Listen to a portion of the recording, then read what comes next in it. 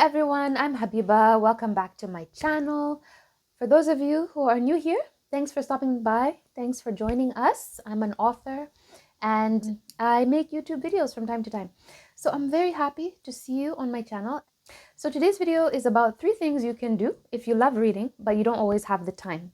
All right, so, very often, probably most of us here, we have very busy schedules. There's so much going on, so many competing priorities.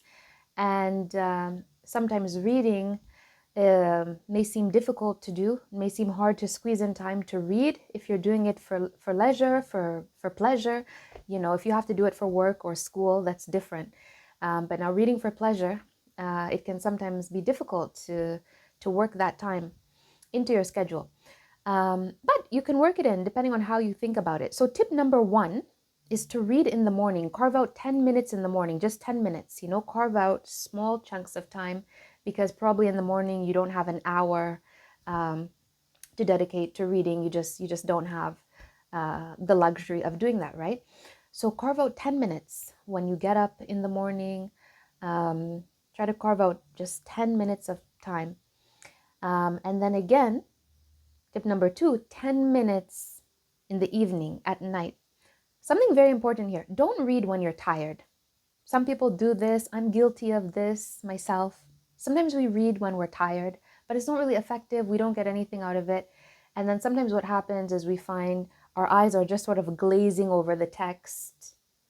And then when you're not tired, you're going to have to reread it because you would have forgotten what you read when you were tired. So don't read when you're tired. Doesn't make any sense, right?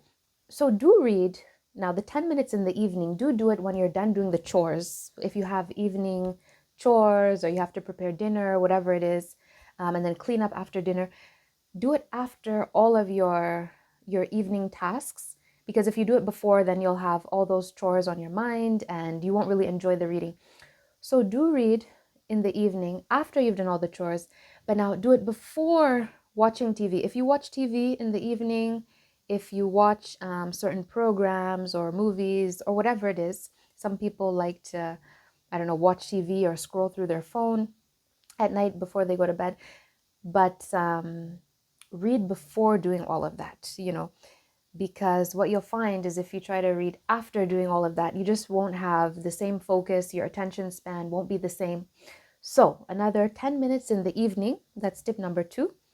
But do it after chores, like after your evening or nighttime chores, but before watching anything that has to do with the screen, before computer time, before TV time, before anything involving a screen. All right. And then number 3, during your lunch break.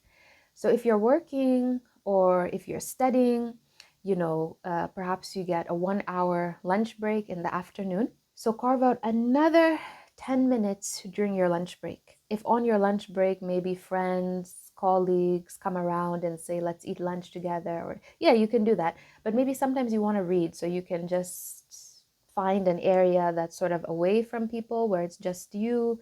You can take yourself to the park, read on a park bench. You can find a room in the office or in the school, wherever you are. And just carve out now 10 minutes during your lunch break. And so already that's half an hour. And if you're trying to work through a novel, then that's half an hour each day, a novel or whatever it is you're trying to read for pleasure. Already you've packed in half an hour every day. So those are my 3 tips, guys. Carve out 10 minutes in the morning, 10 minutes in the evening, and now 10 minutes during your lunch break. That's half an hour a day of reading.